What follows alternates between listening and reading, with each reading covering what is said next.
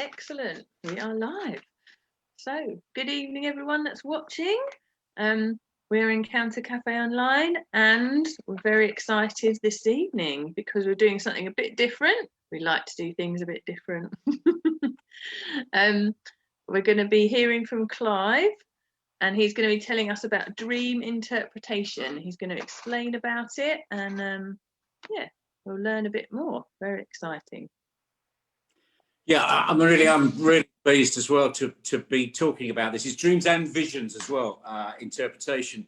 So if anyone's got something as we're doing this, I can promise you now I can't interpret your whole dreams and it would take up too much time. But if there's something that comes on that you're interested, that's something that you often see in a dream and you just want to know about that, then please do ask on the chat or come in on the Zoom. And I'll try and do my best to explain it to you. So we're going to ask you some questions, Clive, and you're going to do your very best to answer them as brilliantly as you can. So that we can understand more about what dream interpretation is. So tell us, Clive, what is dream interpretation? Well, first of all, let's straight away look at the Bible. There's so many stories, isn't there, where dreams and visions come about. So, and I think one of the main ones that you take is, that your young men and women will see visions and old men will dream. And so it's silly that for a third of our life, we're asleep.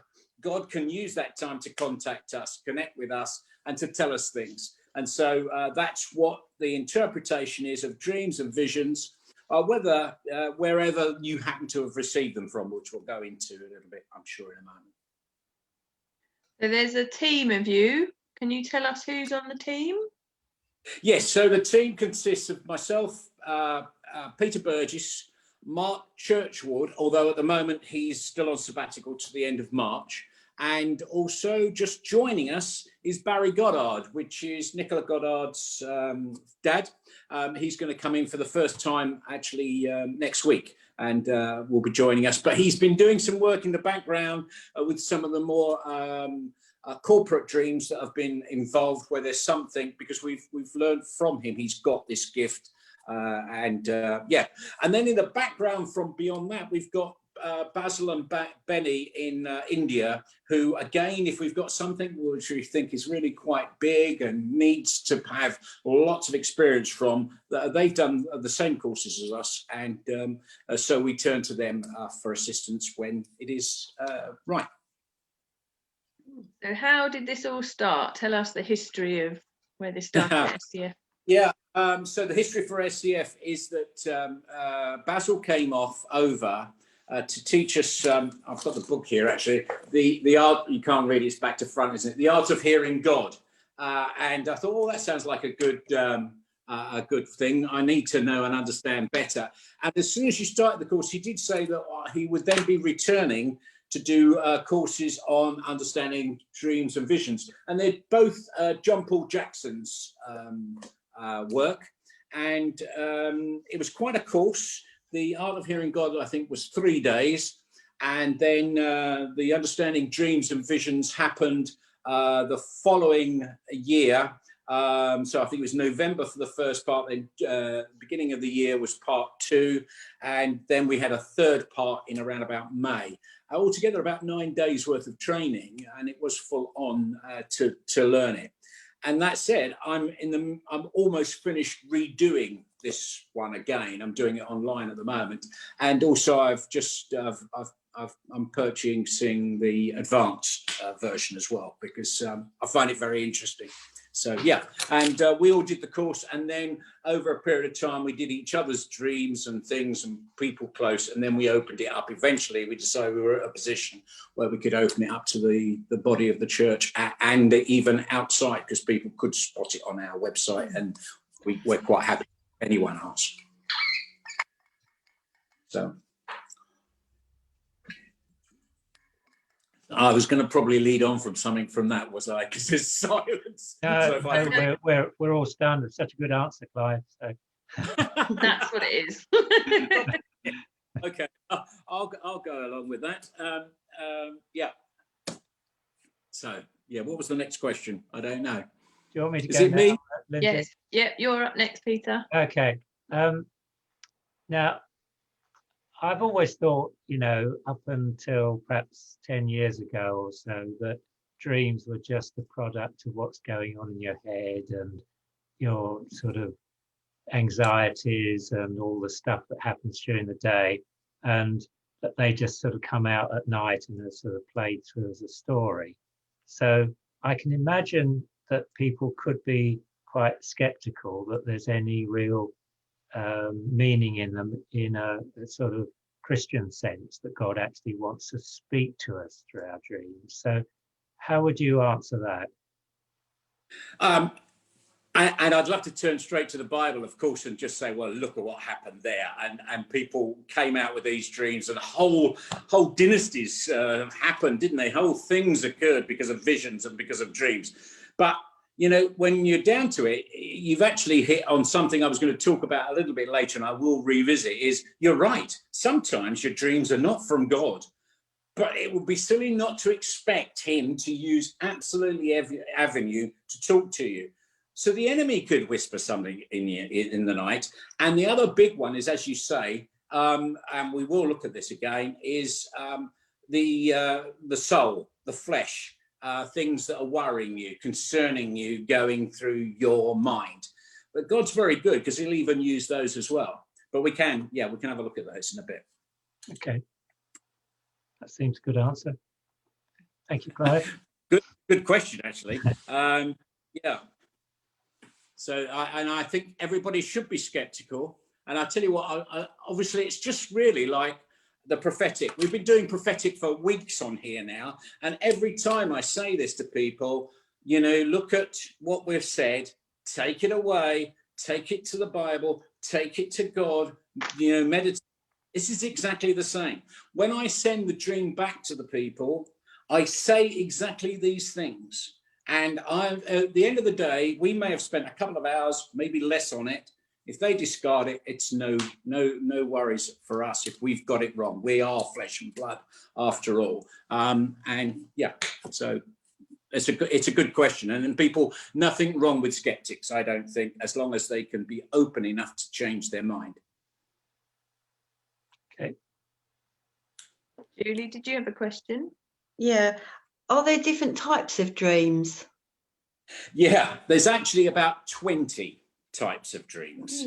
And I sort of touched a little bit on it just now. The three main areas of dreams are what your own flesh and blood brings to mind, what God will say to you, and sometimes the enemy. But strangely enough, in amongst that, then you've got different types. You've got warning dreams, you've got encouraging dreams, so there's 20. I'm not going to go through all those now. And sometimes there can be overlaps of dreams as well, because they can have more than one area. And that's why I say take it to God and get more from him. It's like that iceberg, isn't it? There's so much more you can get from God. So yes, there is. And the thing is that you've got to be aware of is, don't straight away jump to one of the three conclusions that it's this. That's something we do as interpreter. We've got to make sure, because even if you think, that's from the enemy, it may be God using what the enemy is doing to show you as a warning, to give you an idea of what's happening. Does that answer your question okay? Yeah, that does. That's helpful. Yeah. Thank you. And I know we said at the beginning, as if people have just come on, I just want to say it again. So if there's something in a dream that you are getting that is kind of, you have a colour or an object or something like that that reoccurs, is that right, Clive? That just put the name of it. Clive can't interpret a dream tonight. There's not enough time.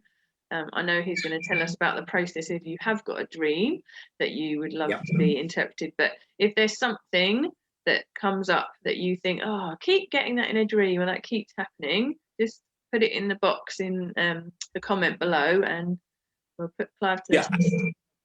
It'll be one of the main things is context, but within reason, I can give you a sort of pointer towards it, and it might make you think, I'll send the dream in, because we invite you to send the dreams into us.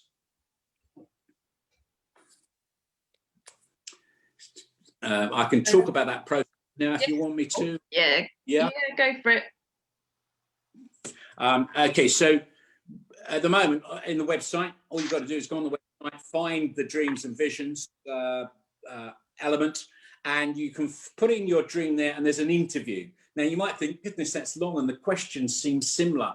Please believe me, it's very important, the content that you put in there. It's not because we're cheating, it's because we need to know what's around the dream so that we can interpret. Or a vision, if it's something you've seen or you've just feel you've seen it during daylight hours, that's exactly the same. Just fill out that form. Now, when I will be the one that gets that, I administer the little team. And everything's confidential, just the same as everything else. In fact, when you send the dream in, I do not put your name in the spreadsheet I make for the other people that's on the team. Sometimes they may recognize who it is. That's got to happen if you're well known within the body and you give away certain things like, oh, when I was in the worship band 2 weeks ago, this happened and I saw Chrissy, and whatever it might be, and my cello string broke in my dream. Well, we can guess who that is. Well, it's one of two people, isn't it? So and if you recognize gender, so we try our best. And the reason is not just GDPR and things like that, but because for the rest of the team, it's good not to know, because if we know that can sometimes color our judgment. So it just makes it easier. So you send that in, I'll acknowledge it, and I will then put that on the spreadsheet. We only meet once a month, and that's on the third Wednesday now. It's just changed, of the month, and we sit down together and we'll go through all the dreams. As long as there's only a few, we normally get through them, no problem. And I will get back to you. If there's a delay, I'd let you know. And I will, as I said before, when I send this to you, I will say you need to take it back to God. I will give you a one paragraph of what the dream means, something like that. And then I will give you some pointers. So if you've said a certain object, I may well tell you what that object means, why we've come to the interpretation. But we don't go through reams of stuff, because that's not what you need. You need to know the facts as we can get them from God, and what's in the Bible and from what we've been taught on the courses. But I will point towards things. Sometimes we will encourage you to do something, which might be, if you've got someone who's accountable, to go and take this to them, depending on what's coming out. Depends what the dream's about. That's the basics of how you can get a dream. Oh, I've thought of a question, Clive. Can I ask you? Yeah, you certainly. How do you balance interpreting a dream prophetically, like Daniel did, and against what you've learned from what certain symbols and things mean? So basically, do you just ask God, what does this dream mean, or do you use your sort of training to answer it? There's a little bit of both, and there's the training is, they're not rules, they're guides, they're guidelines towards things. So as an example, different types of vehicle usually mean some sort of ministry sort of thing. But the difference would be, and obviously in biblical times there was no cars, but there were chariots and everything. I mean, but we understand that the person who drives that, whatever that vehicle is taking it from A to B. So if you're driving it, would be more important than you being a passenger. The size of the vehicle will be important because there's more people involved, and it's probably a ministry. If it's a jet liner that's going to go up high, then it's a ministry that's liable to go far, and it's liable to be high in the spirit because it goes for height. If it's sat on the tarmac, you could look at it and say, well, this is why the interview is important. What did you feel about the vehicle? Well, it was run down. It was, it wasn't ready to ride. Then that's not going to be taking off. So little things like that are important to us to be able to see. So it could be a ministry that the engines could be going, and the propellers could be turning around. It's waiting for the takeoff. So that can lead you, because I won't necessarily know what ministry a person's in, but that's their time of getting ready to go. It sounds like the things are there. You've got the fuel, or are you waiting for people? Are you the pilot? Are you in charge? Are we waiting for the passengers to come along, or are they in there as well? So are we waiting for the radar controllers say take off, which would be God perhaps? But I'm guessing, you know, I'm only, you know, so we know how they did it biblically, and a lot of the symbols are still relevant today. Obviously, plants and buildings and doorways and steps were still then back there, and things in the Bible we use those symbols. But yes, obviously there's modern day terminology as well we have to take into account. Yeah. I'm not looking at the thing. So if someone comes up with, I have got it here, so if anyone comes up with a question, one of you guys will have to shout it out. How long does it take you to interpret a dream? What does it depend on? Right, so when I get the thing in, I'll say when we'll be doing it. I'll say, well, you know, you're fourth in line. We're doing it in Wednesday week, and sometimes I can read into it that this might take a bit longer. Not always. It might be on the day we realise that we need to send it off to India to get a little bit more coverage. I would then update the person, but normally we can sit down. We don't always. Well, I'll have pre-read because I've got to put it in the spreadsheet. Maybe we haven't, and we sit there, and then we work out what is the main focus, what is the sub focuses, and then what are the details, and what actually is irrelevant to it, because there can be irrelevant details that don't matter, but they might do, and then we work out around that. Against the symbols that we know, what is happening, but context is very important, not context of the person's life, although we do ask certain questions. So something might point, oh, at the moment, God is leading me to start singing for the first time. So that might be relevant in the dream, and that might be important. But it can take, it depends. Sometimes we'll have two, we'll interpret one way and one another. If that's the case, and we really, most of it is right, but there is something slightly different, we will put that again in the reply and say, look, two of us said this about this. One has said X. Now, it's not that different. It might just be that one thinks it's more of maybe the flesh making them go that way and two isn't, or something, or just nuances sometimes, but would make quite a bit of difference. And it's important for the person to make a decision.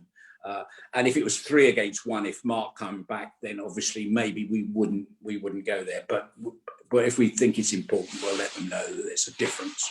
So I suppose it could be half an hour, it could be longer, even sat there, maybe an hour for a dream. If we've got to send it to India, of course, then we could be talking a couple of weeks or something, depending on when they can get round to it. Okay. So I don't know if Julie or Peter, whether you've got anything in the dreams that you have or that you know about that reoccur, or that you think, oh, I wonder what that is.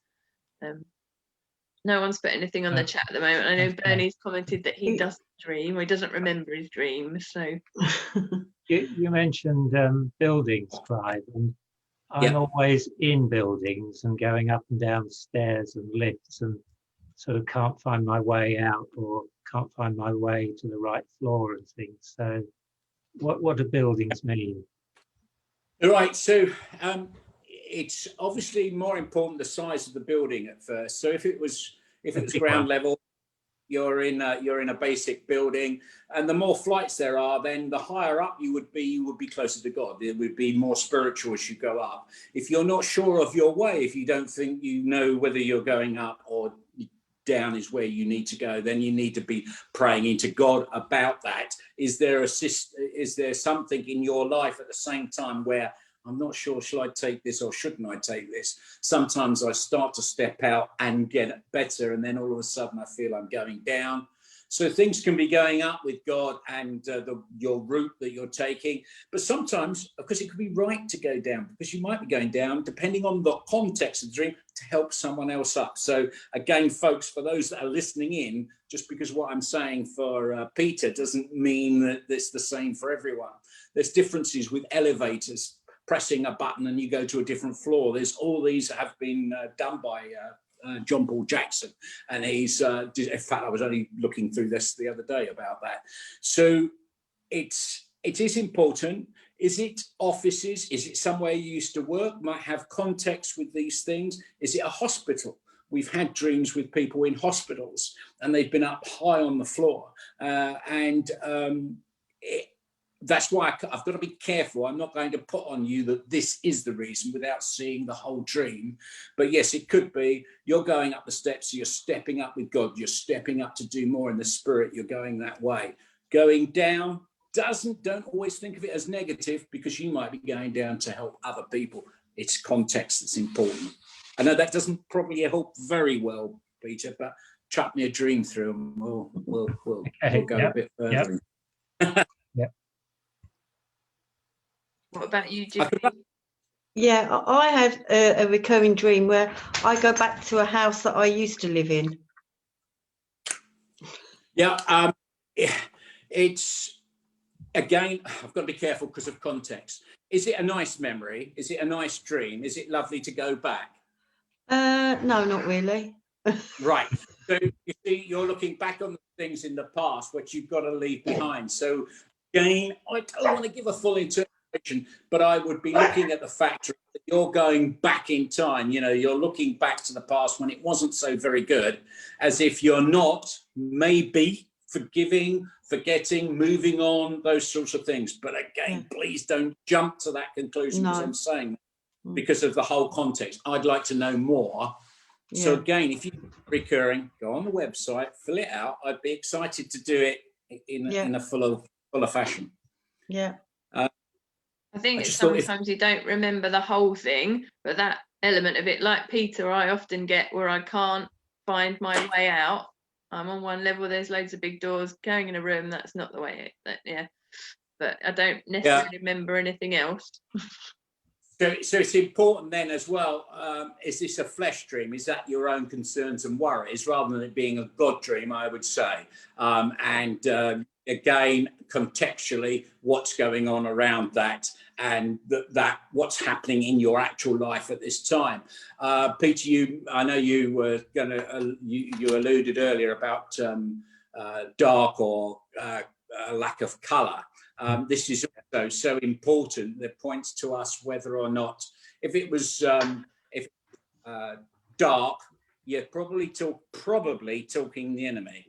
So I've had a personal part of one of my dreams. I was actually fighting with someone in the darkness, but it was in the middle of a dream where it was great either side. So it was actually God showing me about what the enemy had been doing in that in-between part.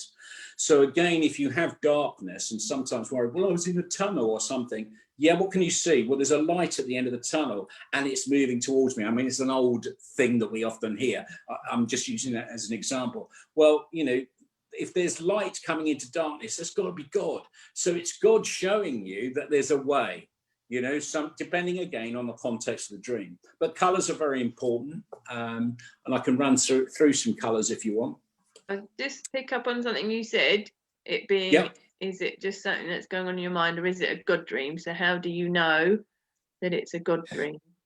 That you want, I want to find out more about this. I'll send it to Clive, I'll send it to the team. So we would look, it's just like prophetic really. Is it encouraging? Is it lifting up? Is it explaining? So as I say, there's 20 different types of dream. So one of them might be like a dream of solving an issue. It might be sort of an encouraging that you're going the right way. And if it's that, you can bet your bottom dollar that it's going to be God is helping you in that correct way.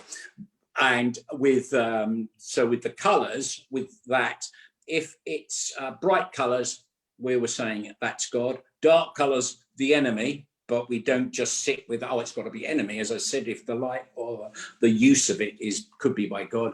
And then there's the sort of mute colours, quite often might point towards your own flesh, not always. Then, of course, the content of the dream is important. So if it was pornographic or rude or awful or something, we're probably not talking about a God dream. are we? So we can understand that. And guys, that's why the importance of confidentiality. If somebody does come with something about something that's not nice, I mean, I used to get, I can't remember, Mark actually did this for me when I first came to the Lord. I kept seeing Jesus in a not very nice way. I'll leave it at that. And I had to get help with that. And that was I'm talking 10 years now. And Mark prayed with me and broke that off. It was really brilliant. Well, I can't remember if it was visions or dreams. I think it was visions. It was just the way it was. And it was awful, really, really awful stuff. Definitely of the enemy. Yeah. So looking at the fruit, looking at, and obviously if there's biblical truths in the dream as well, that's going to be from God, isn't it? The devil likes to lie. He knows the Bible, but he'll skew it. So we know when it's him. Yeah. That's why it's great to have a team, of course, because one may see something the others don't. Yeah, definitely. Any other questions from our team? No. Yeah. What about some dreams you're like watching what's happening, and some dreams you're in it? I'm normally in my dream, but occasionally I'm watching it. And is there? Yeah. Does that mean anything? Again, that's one of the questions quite early on. Who is the focus of the dream? We've got to work that out. And so, are you the full? You know, are you the focus? Are you observing, or are you a participant? So the focus might be on, you know, your best pal playing cricket, but you're in there making the tea and sandwiches for their break. Yeah. So you're participating, but you can switch as well. So yes, it's important for us to know where you are, why you're there, and why you're watching someone else. And when we're doing something like that, again, one of the questions is, what do the people mean to you? So if it was a friend that was the greatest friend you had, you know, your best friend from school days and all that, we would think that probably is Jesus. Not him in this life, but in the dream, it's showing you that friend. And so that things like that are important as well, to recognize who they are and what their involvement might be. Someone recently has dreamt, I'm not going to mention the name of who they dreamt of, but as a well-known preacher, not in our church. And when they did, the reason we all came to the conclusion was he was a carrier of Jesus. It wasn't the actual preacher, it was Jesus was being shown to the person to understand, to see that was the importance of that person. And we look at things and make sure there can be positives and negatives for everything you see. Even a God dream can show you a negative because it's a warning dream, isn't it? So everything that we have of the symbols can be positive or negative, again, depending on the context of the dream. And as, I don't know if you can see, we've got symbols of all sorts, different pages, buildings, colours, garden stuff, all sorts of things that we've learned over a period of time. I'm just about to add some more that I got from the course. So, you know, so if you want to dream about an aircraft carrier, I'll explain it. Or if you want to dream about a slow worm, we'll interpret it. It's we love it. We love doing it. We get a lot of joy because we're working with God and hopefully helping you on your journey. Excellent. Thank you so much, Clive. Yeah, you've told us lots about dream interpretation. So if there's a dream that you've had that stands out, that it's a good idea to write these things down in detail, then you can go on the SDF website and dream interpretation, and you've got a form that you have to fill out, and Clive will get back to you from the team. So that's brilliant. So thank you, Clive, for all that information, and we are more informed now. That's excellent. So we're going to finish now, and we're not on next week because we're going to have a break because it's half term, but the week after that we'll be back on giving prophetic words and encouraging you. So thank you so much for listening, and just coming on the chat if you have made a comment. thank you so much, and we'll see you soon. Thank you, Okay. team. Yep. Bye. Okay, bye everybody.